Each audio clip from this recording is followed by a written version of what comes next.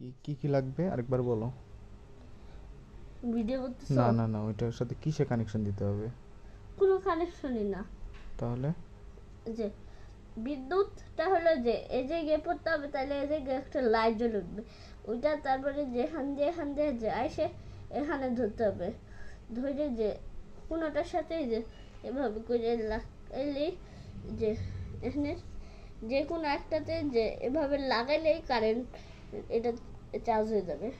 Charge বন্ধ থাকবে, charge হয়ে যাবে। তারপর মানে যেটাই মনে টিভি চলতে পারবে না।